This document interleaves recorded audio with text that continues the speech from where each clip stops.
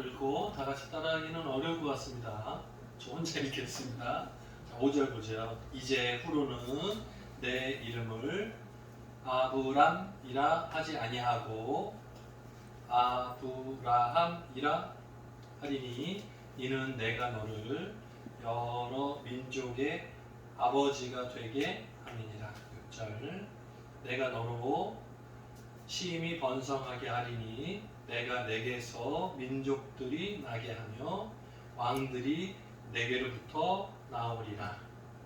7절 내가 내 언약을 나와 너 및 내 대대 후손 사이에 세워서 영원한 언약을 삼고 너와 내 후손의 하나님이 되리라.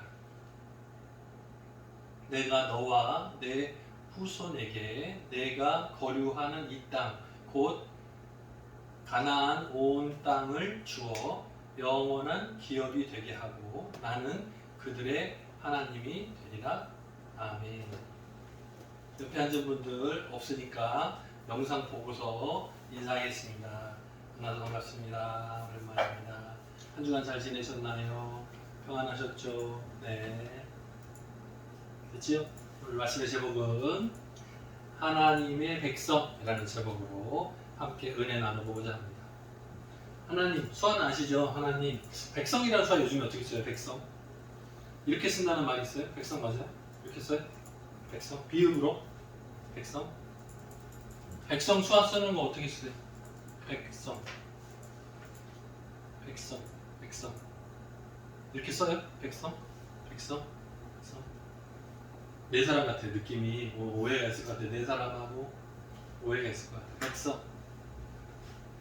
자, 우리가 지금 아브라함을 계속 보고 있습니다. 아브라함의 나이가 99세가 됐다고 나와요. 이제 99세, 나이가 99세. 부러워요?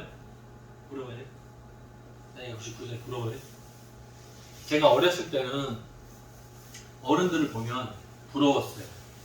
그래서 빨리 나도 나이가 한 40 빨리 됐으면 좋겠다. 자고서 딱 일어나면 나이가 40이 됐으면 좋겠다 이 생각을 상상으로 해본 적이 있어요.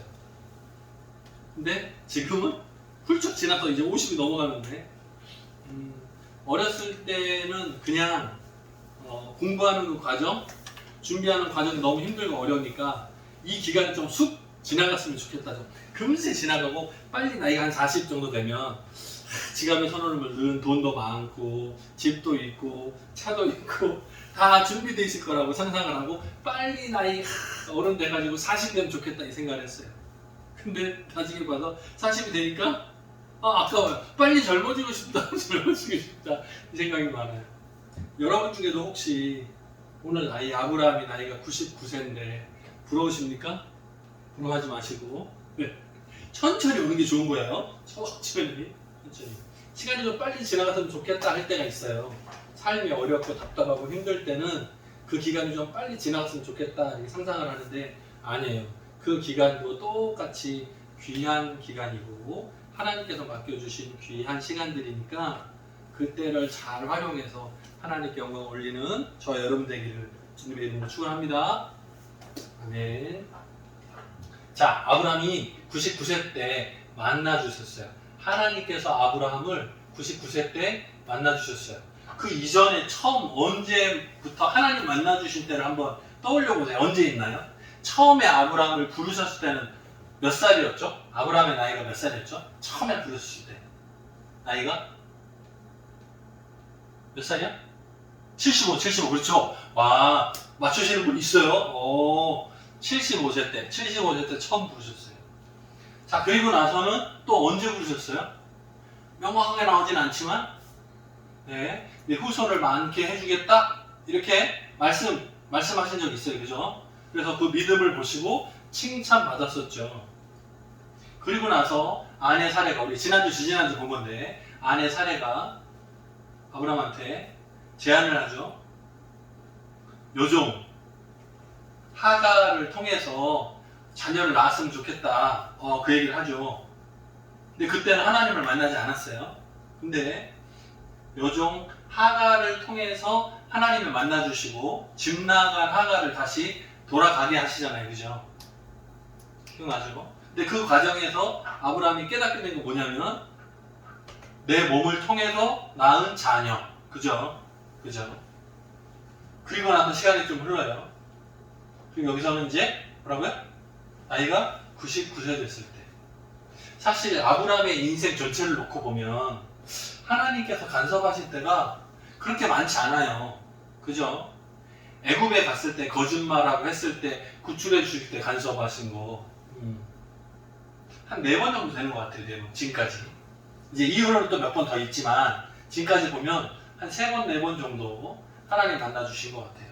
뭐라고요? 아브라함의 나이가 몇 살? 99세인데 하나님 만나주신 게 몇 번?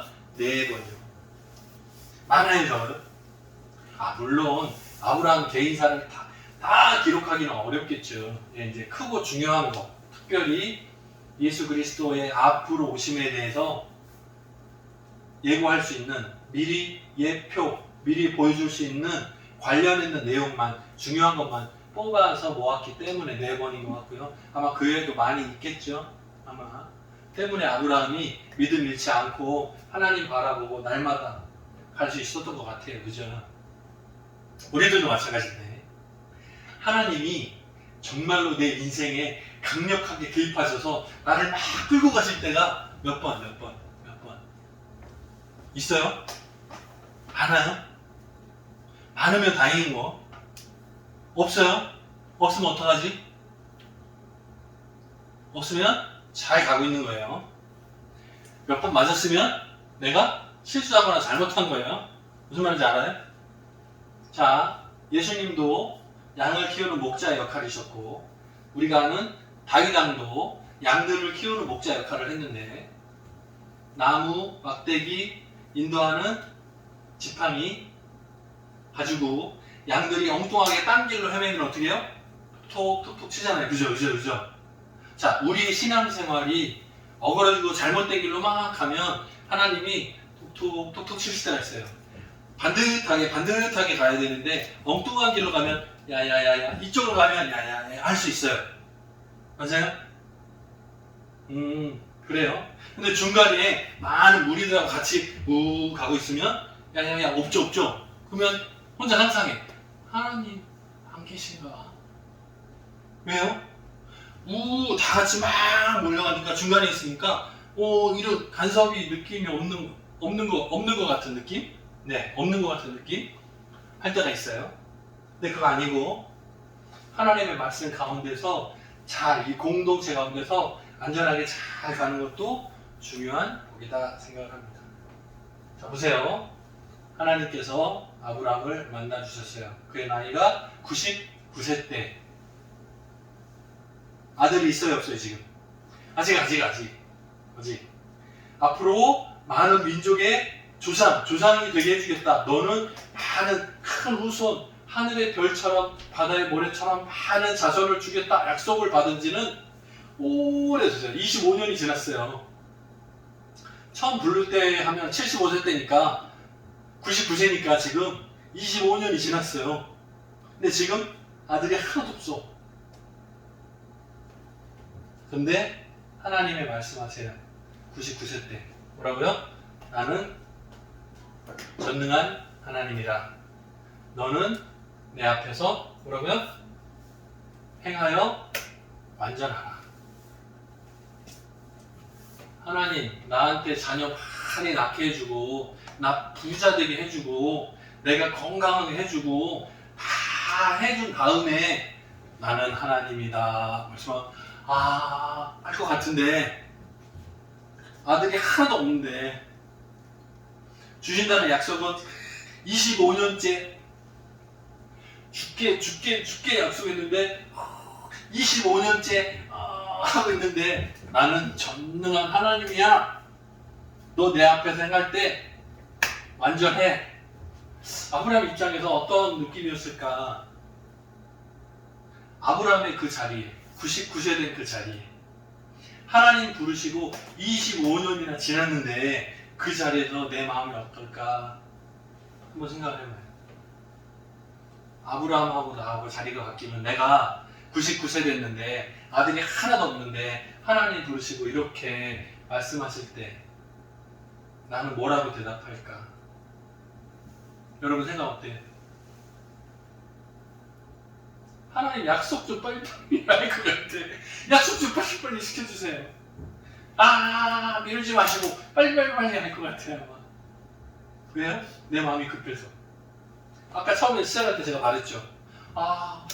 빨리 커가지고 나이가 40이 돼서 조금 넉넉하게 살면 좋겠다 이 생각하는 거 똑같은 것 같아요.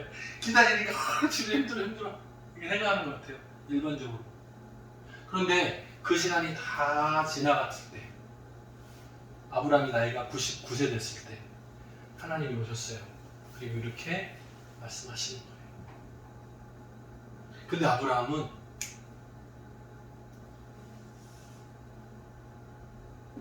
우리는 가능할까?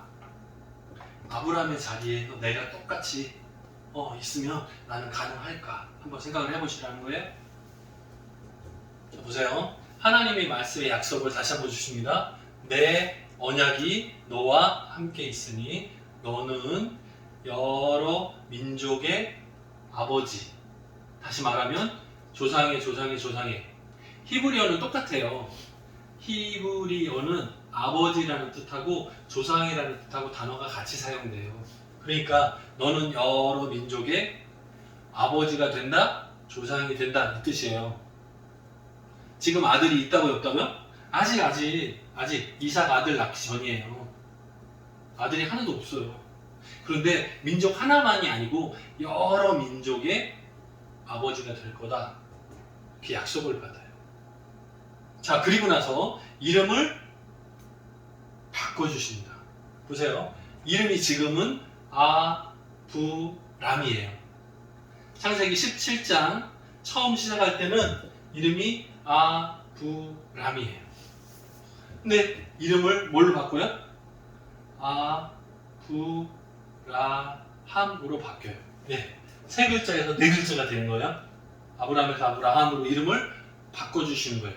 이 아브라함의 의미는 이런 뜻이에요. 여러 민족의 조상이라는 뜻이에요. 네. 그냥 정귀한 아버지에서, 그냥 개인 가정의 아버지에서 이제는 민족의 아버지로 바뀌는 거예요. 성경에 보면 이름이 바뀌는 경우가 가끔 나와요. 여러분도 이름을 바꿔봤어요? 아직? 가능하면 바꾸지 않는 게 나아요. 네, 좋은 이름 그대로 쓰는 게 좋아요. 네, 자 보세요. 야곱. 앞으로 나오겠지만 야곱 이름이 바꿔서요. 천사하고 씨름하고서 야복강가에서 천사하고 씨름하다가 이름이 바뀌었어요. 이름이 뭘로 바뀌었어요? 천사 씨름하고 이겼다는 의미로 이름이 뭘로 바뀌었어요? 이름이 뭐예요? 오 맞추는 사람 있어. 와. 네, 맞아요. 이스라엘이에요.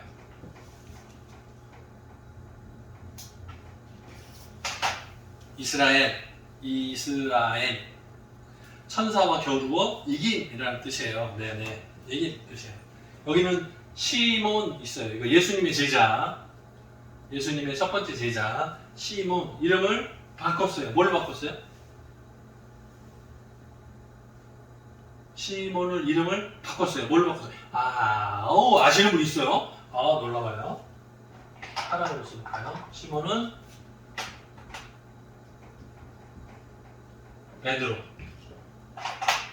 베드로의 이름의 뜻은 뭐였어요? 이미 알고 있어요. 예, 반석이라는 뜻이에요. 반석. 어때요? 이름을 바꿀 때 뭐가 주어지나요? 앞으로의 비전과 사명을 주실 때 이름이 바뀌는 걸 봐요. 그렇구나. 이름이 바뀌는구나. 그러면 하나님께서 일을 맡기시는 거구나. 그죠? 스데반 집사님 알아요? 초대교회 세우고 사도들이 일을 하는 바빠서 못하니까, 그죠? 우리 권사님들 막 구제하는 돕는 일 이런 것들을 집사 7명을 뽑아가지고 맡기잖아요. 7명 집사 중에 이름이 대반 집사님이 있었어요. 자, 그런데 그 사람이 하나님 기뻐하시는 일을 많이 감당했는데 특별히 말씀의 언변이 뛰어났어요. 유대인들 앞에서 설교를 하는데 그 설교 내용이 유대인들 너희가 예수님을 잡아서 십자가에 달려 죽게 했다라고 막 설교를 강하게 선포하니까 많은 사람들이 그죠? 그래서 그때 돌을 들어서 쳐요. 그래서 스데반이 돌에 맞아서 죽습니다. 그 마지막에 죽을 때 많은 사람들이 돌을 막 멀리 던져야 되니까 옷이 불편하잖아요. 그래서 옷을 벗어가지고 좀 맡겨줍시다. 이렇게 옷을 벗어서 맡겨줬어요. 그 옷을 맡아서 지키고 있던 사람이 누구예요? 이름이? 옷 맡아준 사람. 누구? 기억나요? 그 사람 이름이? 사울이에요. 사울. 스데반 집사님이 돌 맞아 죽을 때 돌 던지는 사람들 옷 벗어놓고 돌을 던졌잖아요. 그 옷 벗어놓은 것들 수북히 쌓아놓고 이거 누가 훔쳐가지 못하게 지키고 있던 사람이 사울이에요. 사울. 그리고 생각할 때 저 사람은 잘못했어. 당연히 돌에 맞아 죽는 게 당연해 라고 생각을 가졌어요. 성경에 그대로 나와요. 근데 이 사울이 나중에 바울이 되는 거예요. 바울이 되는 거예요. 처음에 원래 이름이 사울이었어요. 옷 지킬 때는 사울. 나중에 예수님 만나고 나서 바울로 바뀌어요. 이름이 바뀔 때 사명을 받는 거예요. 여러분 갑자기 이름을 바꿀 필요는 없어요. 자, 그런데 수화를 배우면 이름이 생기죠. 그죠? 수화를 배우면, 권창인이 수화를 배우면 수화 이름이 생겨요. 저는 그렇게 생각합니다. 수화를 배우면서 수화 이름이 만들어질 때 뭐라고요? 사명을 맡는 거예요. 저는 사명을 맡는 거예요. 여러분 마찬가지. 네, 마찬가지. 자, 보세요. 요한복음 1장 12절에 5절에도 말씀 인용했었는데 뭐라고 돼 있어요? 영접하는 자 곧 그 이름 누구 이름?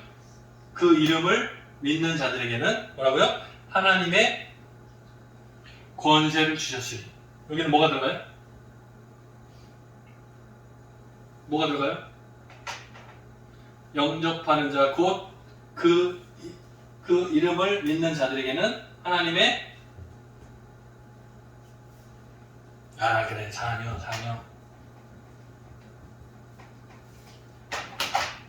하나님의 자녀가 되는 권세를 주셨으니 이렇게 돼요. 자, 뭐라고요? 예수님을 나를 구원하신 내 죄 때문에 십자가에 달려 돌아가신 분이 예수님입니다 라고 고백하고 내 마음의 중심에 예수님을 모셔드리고 내 인생의 주인은 내 거가 아니라 하나님께 맡깁니다. 예수님이 내 인생의 주인이십니다 라고 고백할 때 하나님의 자녀의 권세를 받는 거예요. 자, 창세기 17장에서도 똑같은 일이 나타나요. 아브라함이 나이가 99세 때 하나님 만나주시면서 이 언약 내용을 다시 한번 확인하시고 나서 오늘 우리가 읽은 본문이 8절까지인데요. 끝나고 그 아래 부분을 읽으면 뭐라고 말씀하시냐면 할례를 받으라. 그렇죠. 그래서 아브라함의 가정에 속한 모든 남자 할례를 받으라 라고 선포합니다. 자, 여기 보면 아까 얘기한 내용이에요. 여기 있는 내용이 다시 정리됐어요. 언약을 아브라함과 하나님 사이에 그리고 아브라함과 자손과 하나님 사이에 번성이 심히 번성하게 되는 복을 주신다고 약속해요. 그 약속의 내용 중에 아주 중요한 게 뭐가 있냐면 첫 번째는 왕들이 네 자손에서 태어날 것이다. 이 의미는 뭐냐면 아브라함 네가 왕의 조상이 된다. 후손 중에 왕들이 계속 나올 것이다 라는 거고요. 두 번째는 지금 사는 이곳이 가나안 땅인데 영원한 기업으로 맡겼을 것이다 라는 거예요. 그리고 그 증거로 뭐 하라고요? 여기 있어요.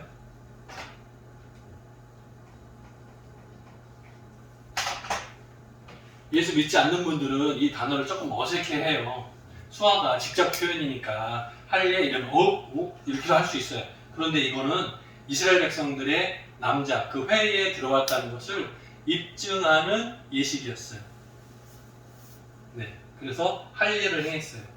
이 할례의 의미는 뭐냐면 거룩한 자손, 하나님께서 언약하신 백성이라는 뜻이에요. 자, 그리고 육신이 죽었다라는 것을 의미해요. 그리고 언약의 증거라는 뜻이 있어요. 그리고 새롭게 출발한다는 뜻이 있어요. 거듭난다는, 다시 태어난다는 뜻이 있어요. 자, 이것이 구약 시대 때는 할례라고 불렀어요. 할례. 이게 신약 시대로 넘어오면 우리 지난번에 로마서에서도 봤는데 로마서에서 뭐라고 나와요? 할례가 있다 없다 때문에 서로 어색하죠. 그죠? 유대인 출신 기독교인하고 헬라인 출신 기독교인하고 사이에서 할례가 있어야 된다, 필요 없다, 뭐 이것 때문에 갈등이 많죠. 곳곳에 교회들마다 이 어려움이 있었어요. 자, 이게 신약으로 넘어오면 뭘로 바뀌어요? 알겠어요? 구약 시대 때 할례가 신약 시대로 넘어오면 뭘로 바뀌어요? 알아요? 그래요. 아시는 분 있어요. 세례예요, 세례. 안 보이나요? 보여요? 세례로 바뀝니다. 세례. 그래서 구약 시대 때 할례하고 신약 시대 때 세례가 똑같은 거예요. 똑같은 의미예요. 그러면 세례를 받는 것은 원래는 죄 씻음이라는 의미예요. 원래는. 그런데 이 내용이 다 들어가요. 뭐라고요? 거룩한 자손의 의미예요. 뭐라고요? 육신이 죽었다는 뜻이에요. 왜? 육신이 물에 죽었다라는 뜻이에요. 그리고요, 하나님과 나 사이에 예수 그리스도를 나의 구주로 영접합니다. 내 죄 문제를 해결하신 십자가에 달려 죽으신 예수님이 나의 구주십니다 라는 걸 인정하는 거예요.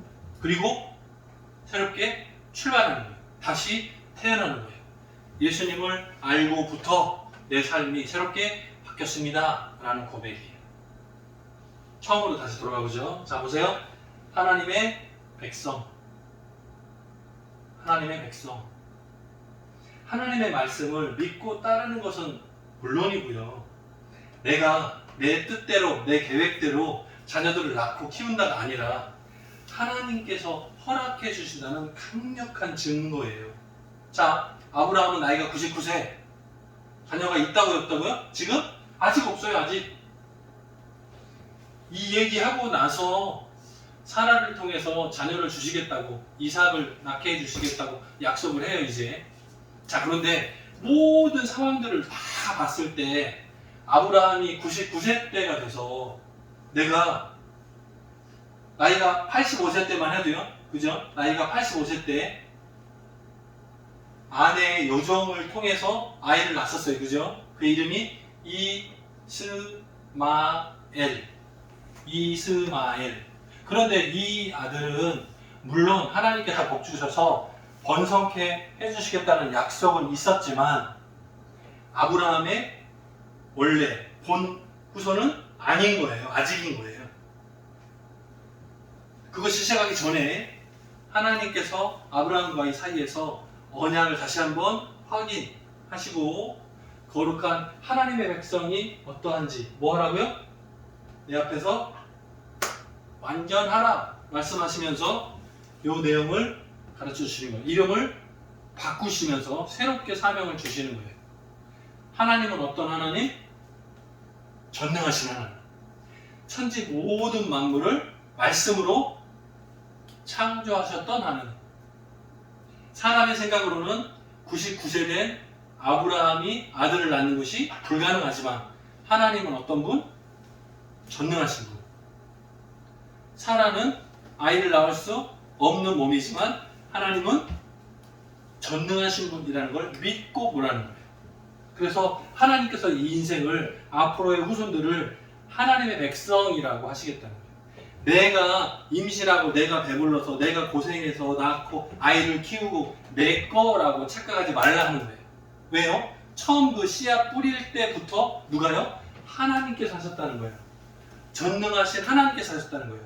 사람이 마음대로 내가 낳고 내 마음대로 내 거야 할 수 없다는 거예요. 그거를 확인시키시는 내용입니다. 우리는 당연히 태어나고 당연히 성장하고 당연히 결혼하고 당연히 아이를 낳는 줄로 생각하지만 착각이라고. 그건 내 거, 내 마음대로가 아니라고요. 그거는 하나님의 계획이라고. 그것이 하나님의 백성임을 인정하는 첫걸음입니다.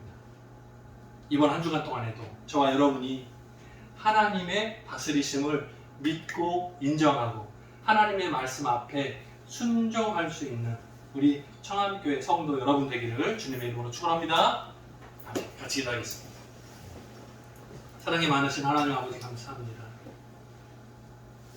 아브라함이 이제 나이가 꼭 차서 99세가 됐습니다. 사람의 생각으로는 아이를 낳을 수 없다고 생각합니다. 아브라함의 아내 사레도 나이가 90이 가까이 됐습니다.